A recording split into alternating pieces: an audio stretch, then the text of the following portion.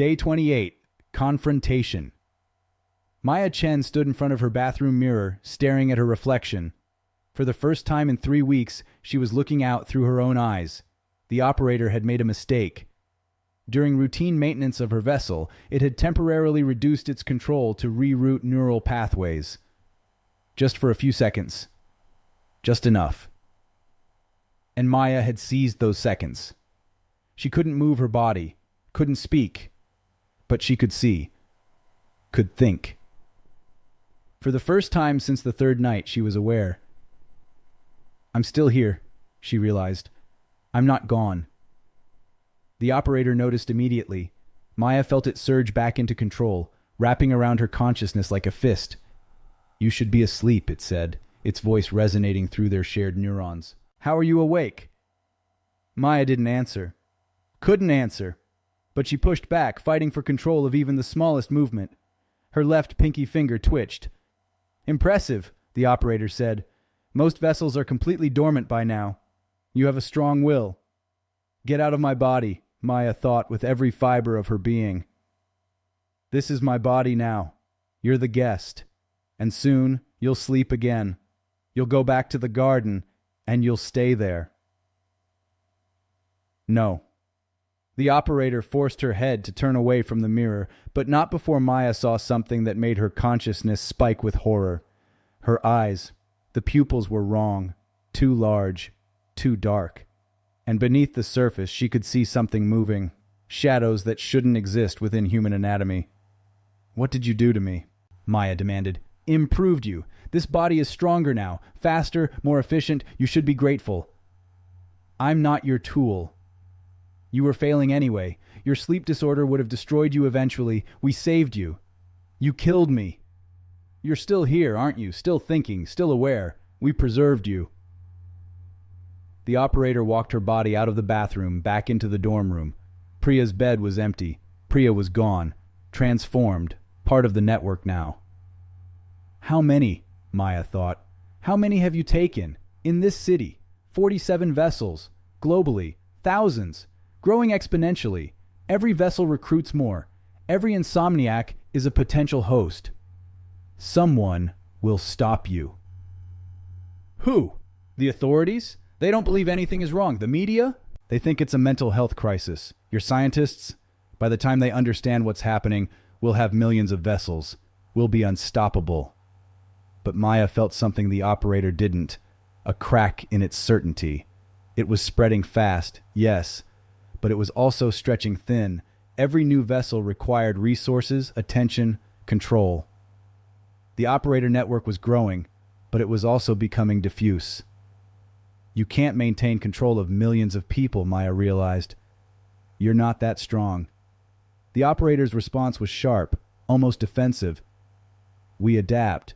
We've survived for millennia. We'll survive this. You're dying. That's why you're doing this. You said it yourself. You're starving. This is desperation, not strength. It's evolution. Maya pressed harder, following the logic. If you're evolving, that means you're changing. Becoming something new. Maybe becoming something that can't sustain itself. Silence. What happens when you run out of insomniacs? When everyone learns to avoid you? You can spread through apps now, but that just makes you visible, trackable. Someone will figure out how to stop you. Silence. The operator's control tightened. Maya felt her consciousness being pushed back, compressed, forced down into the depths of her own mind. But she'd felt it. Fear. The operator was afraid, which meant it could be beaten. Maya let herself sink back into the darkness of the garden, but this time she wasn't surrendering.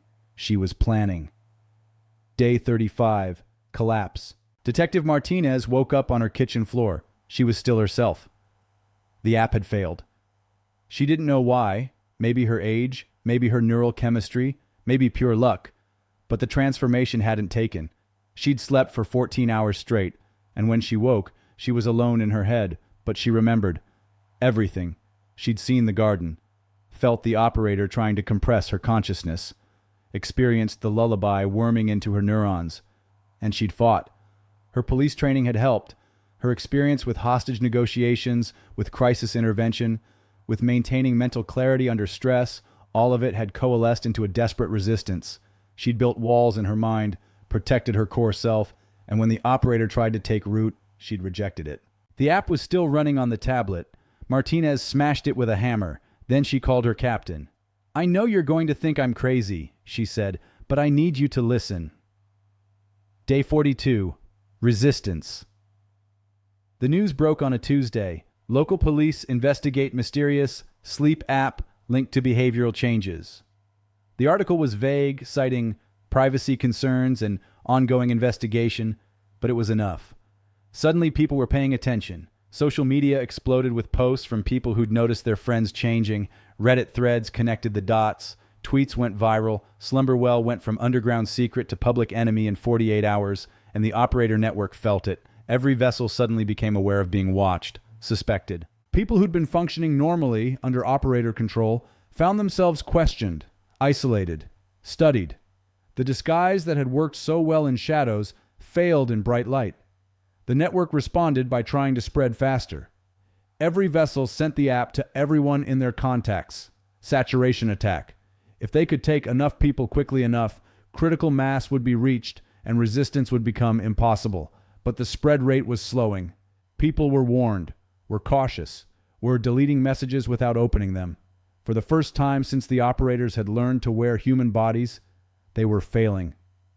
In her dorm room, the Maya body stopped functioning. Not shut down. The operator was still present, still in control, but it had stopped trying to pretend. There was no point anymore. Everyone knew. Inside their shared skull, Maya felt the operator's panic. "We're dying again," it thought, just like before. "Humanity is rejecting us." "Good," Maya thought back. "You don't understand. When we die, you die too. This body needs us now. We've restructured your neural pathways, your autonomic systems. Remove us, and you'll die with us." It was lying. It had to be lying. But Maya could feel the changes in her body. The operator had integrated itself so deeply that extraction might be impossible. They were symbiotically linked now. "So we die together," Maya thought. "Fine. Better than living as your puppet." "There's another option," the operator said slowly. "Cooperation." "What?" "We underestimated your species' resistance. We tried to replace you, but what if we merged instead?"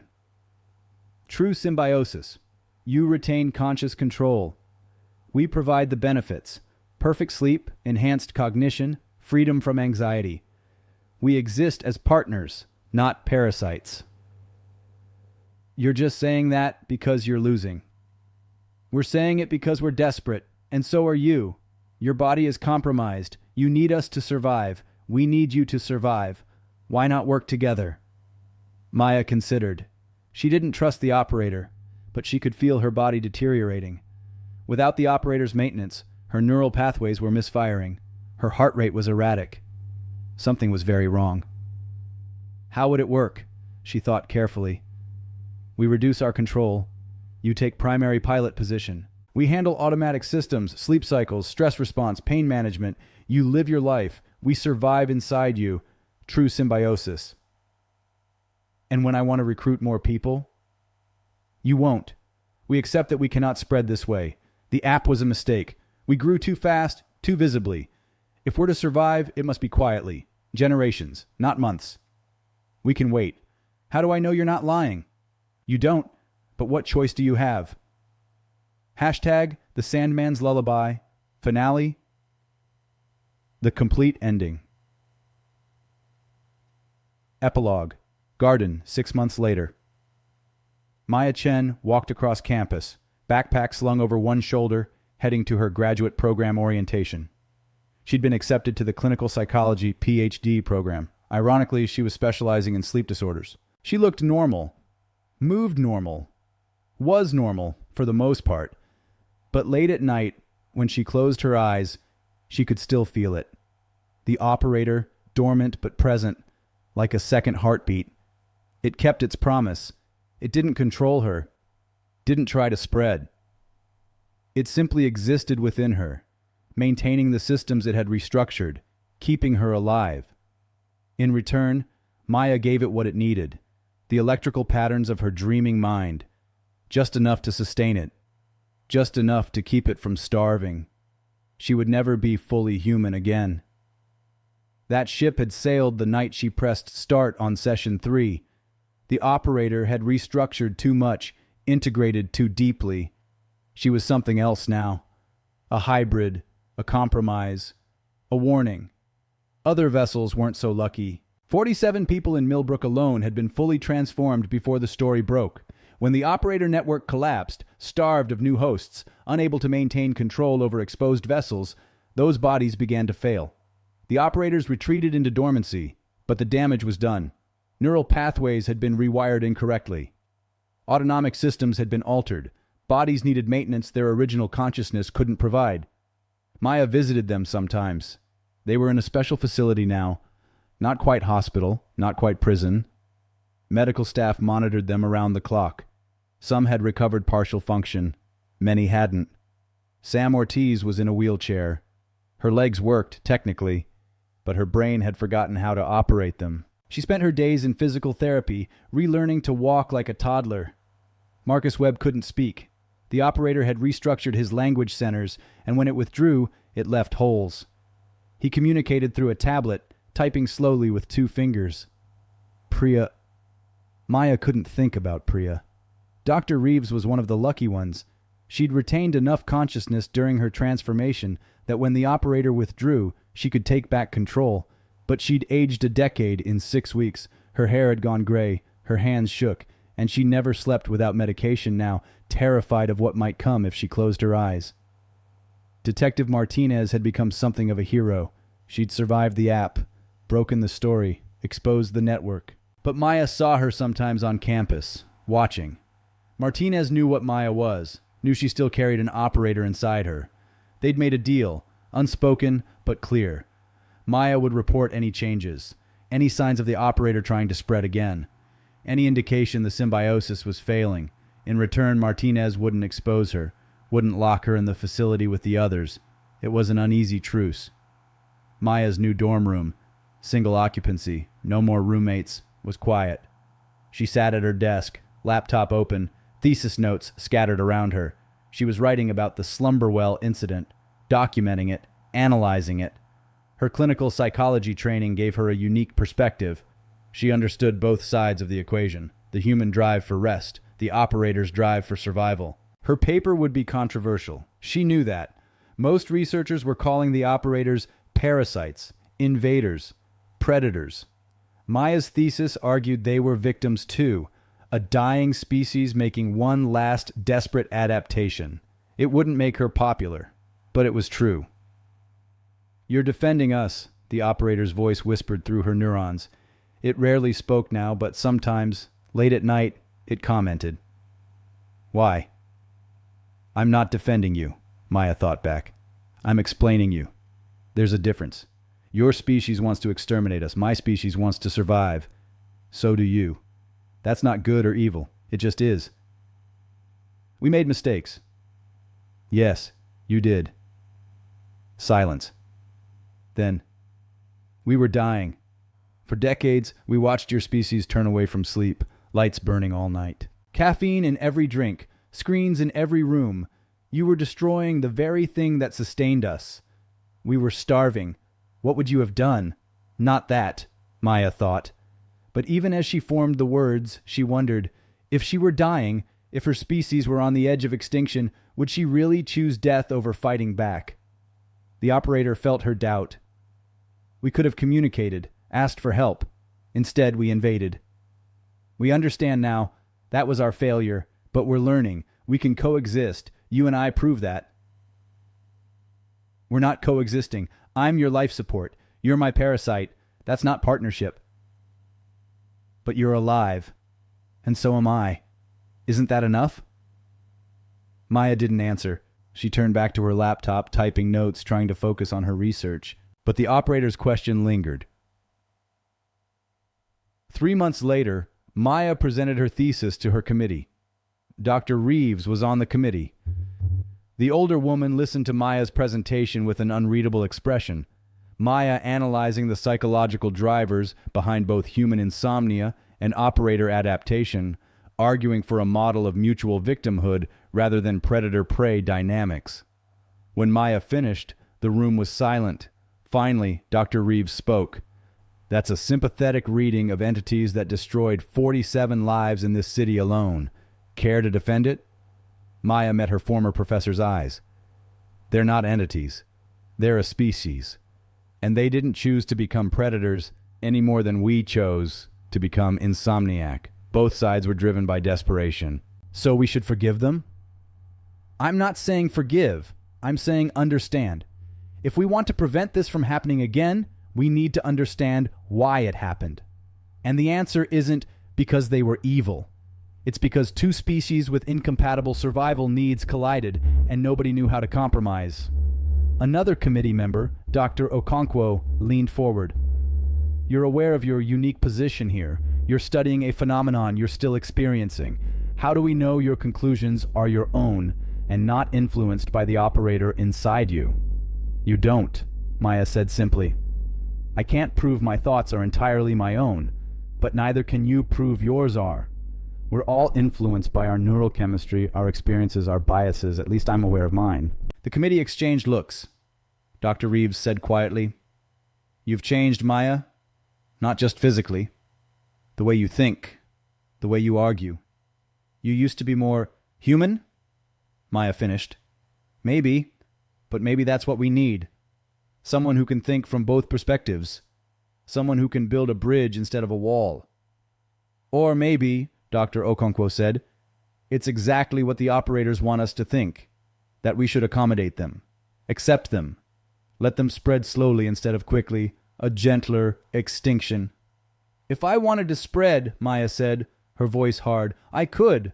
I know how the app works. I know how the operators function. I could recreate Slumberwell right now, target it better, make it more seductive. But I'm not. Because extinction isn't the goal. Survival is. For both species." The room fell silent again. Finally, Dr. Reeves nodded slowly. "We'll review your thesis. But Maya, understand that by defending them, you're putting yourself at risk. People are afraid. And fear makes people dangerous." "I know," Maya said, "but someone has to speak for the monsters.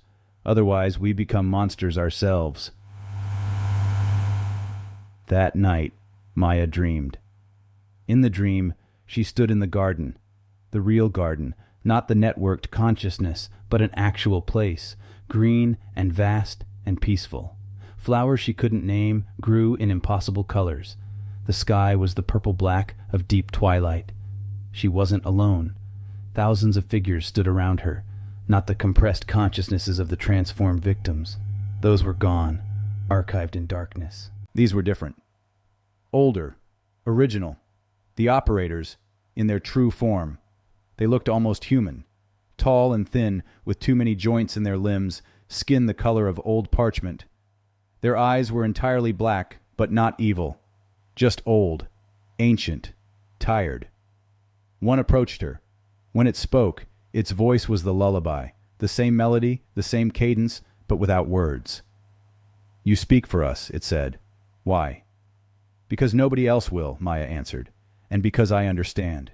You hate us. I'm angry at you. There's a difference. You took my body without asking. You trapped my consciousness. You destroyed my friend's mind. I'm allowed to be angry. Yet you defend us. I defend truth. You're dying. We're killing you. That's true. You tried to save yourselves by taking our bodies. That's true. Both things can be true at once." The operator tilted its head, studying her. "What do you want from us?" "Stay dormant. Don't spread. Don't try to take anyone else. And in return, I'll argue that you deserve to exist, that we should study ways to help you survive without parasitizing us. Will they listen? Probably not. Humans are good at fearing and bad at compromising. But I have to try. Why?" Maya thought about that. Because it was right? Because she was stuck with an operator inside her and might as well make the best of it? Because some part of her, deep down, understood what it was like to be desperate for rest? "Because extinction is easy," she finally said. "It's coexistence that's hard. And if we give up on hard things, we don't deserve to survive either." The operator regarded her for a long moment. Then it placed a hand, too many fingers, too long, on her shoulder. "We will honor your request," it said. "No more spreading, no more app. We will remain dormant in our hosts until natural death claims them, and then we will fade. This is our extinction pact. Unless we find another way." "Unless you find another way," it agreed. "We will give you time. Decades, perhaps, to study us, to understand us, to see if coexistence is truly possible. But if your species decides we must die," the operator's voice was sad, "then we will die. We will not fight again, one species or the other. We leave the choice to you." Maya woke up. Her room was dark. The clock read 3:47 a.m. She could feel the operator inside her, quiet and still, keeping its promise. She didn't know if the dream was real communication or just her brain processing trauma. It didn't matter. The message was clear either way. The war was over. The question now was, what came next? 5 years later, Dr. Maya Chen stood at the podium, looking out at an auditorium full of researchers, medical professionals, and policymakers. She was 30 years old. She looked older. Stress and symbiosis had aged her, but she was alive, and so was the operator inside her. 5 years ago, she began, 47 people in Millbrook were transformed by an entity we didn't understand. We called it an invasion, an attack, a parasitic infection, and all of those descriptions were true. But they were also incomplete. She clicked to her first slide, a diagram of operator neural integration. What we discovered through studying survivors, myself included, is that the operators were never meant to be parasites. For millennia, they existed in true symbiosis with sleeping humans. We provided them with the electrical patterns of our dreaming minds. They provided us with the ability to sleep at all. They literally invented sleep as a biological function. We evolved to need them, and they evolved to need us. She clicked to the next slide.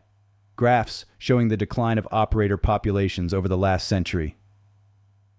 But as human society changed, electric lighting, stimulants, digital devices, the normalization of sleep deprivation, we unintentionally starved them. The Slumberwell incident wasn't an invasion. It was a species' desperate, final attempt at survival. And it failed. She paused, letting that sink in. Today, we estimate fewer than 2,000 operators remain. All dormant, all hosted in survivors like myself who agreed to symbiosis. When we die, they die. Within 100 years, they'll be extinct. Someone in the audience called out, "Good riddance." Maya didn't flinch. She'd expected that. Perhaps. They did terrible things. They violated bodily autonomy. They destroyed lives. I'm not here to excuse that. I'm here to ask a different question. Can we learn from this? She clicked to her final slide. A split image. On one side, an exhausted human lying awake at 3 a.m. On the other, the operator in the garden, fading. We're still suffering from sleep disorders. Insomnia rates are higher than ever. We're medicating ourselves, fighting our own biology, trying to survive on less and less rest. Meanwhile, the only species that truly understood sleep, that could help us sleep naturally, is dying. What I'm proposing is controversial. I know that. But I'm proposing we study the possibility of consensual symbiosis, not forced transformation, not parasitism, but voluntary partnership. Operators help us sleep. We give them the electrical patterns they need to survive. Both species survive. Both species heal. The room erupted. Half the audience was shouting in support. The other half was screaming in protest.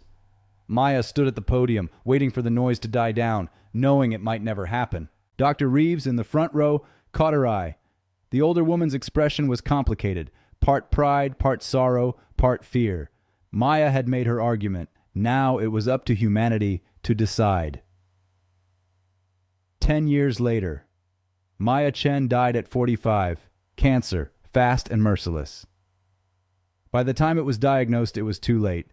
She spent her last weeks in hospice working on her final paper, documenting the symbiosis, recording everything she'd learned about the operators, leaving a roadmap for anyone who came after her. Detective Martinez visited her near the end. The former cop was retired now, older, gray-haired. "You know they're going to let the operators die, right?" Martinez said, sitting beside Maya's bed. Your research, your papers, they were beautiful. But humanity chose fear over coexistence. When you go, the last voice defending them goes with you. I know, Maya said. Her voice was weak. The cancer had spread to her lungs, but I had to try. Was it worth it? Spending your whole life defending the thing that took it? Maya smiled. It gave my life back. The operator, we were partners. Real partners by the end. It kept me alive years longer than the cancer should have allowed. It gave me clarity, purpose, peace. She coughed, painful and wet. How many people get that? Most people get to be human, Martinez said quietly. I was human, just a different kind. They sat in silence for a while. Finally, Maya said, when I die, it dies too. The operator inside me, it's made peace with that. But she gripped Martinez's hand. When it happens, you need to record it. Scientifically. Document everything. Because even if humanity rejects coexistence, they should at least understand what they're rejecting. Promise me. Martinez promised. Maya died on a Tuesday morning. The medical team had instruments monitoring everything. Brain activity, electrical patterns, neural firing. They watched as her consciousness faded. And they watched as something else faded with her. For just a moment, less than a second, every monitor in the room registered a spike, a pattern, a signal that couldn't be explained by dying neurons or shutting down organs. It looked almost like a goodbye. Then, nothing. Flatline. Maya Chen was gone, and with her, the last operator who had tried to communicate with humanity. 50 years later, a college student, 22 years old, sat in her dorm room at 3 a.m. staring at her phone. She hadn't slept in 3 days. Midterms, thesis, job applications, the usual. Her body was screaming for rest, but her brain wouldn't shut off. She scrolled through her phone looking for solutions. Meditation apps, white noise, sleep podcasts. Nothing worked. Nothing ever worked. A notification appeared. Message from an unknown number. Heard you were having trouble sleeping. Try this. A file attached. Sleepwell.apk. The student stared at the message. She should delete it. She'd heard the stories. Everyone had. The Slumberwell incident was taught in psychology classes, medical ethics courses, history seminars. A cautionary tale about the dangers of unknown apps, unregulated technology, desperation. But that had been 50 years ago. Technology had advanced. Regulations existed now. This was probably just some new startup using an unfortunate name. Besides, she was so tired. So unbearably tired. The student's finger hovered over the file. In that moment, she couldn't know that deep in the earth, in places humans had never explored, in the spaces between sleep and waking, something ancient was stirring. The operators had made a choice 50 years ago. They'd promised Maya Chen they would fade quietly, let humanity decide their fate. No more spreading, no more fighting. But promises made to the dead aren't binding. An extinction, it turns out, is a powerful motivator. The student pressed download. The app installed. The icon appeared, a crescent moon on a dark blue background. And somewhere in the darkness, something that had been dormant for half a century opened its eyes and smiled. Welcome back, it whispered. We've been waiting. The lullaby began to play. The end author's note. The Sandman's Lullaby is a work of fiction. There is no Slumberwell app. There are no operators that we know of. If you're struggling with insomnia, please consult a medical professional, not a phone app from an unknown source. But the exhaustion is real. The epidemic of sleeplessness is real. And the question remains, what would you sacrifice for perfect rest? Sleep well, reader, and when you dream, remember who taught you how.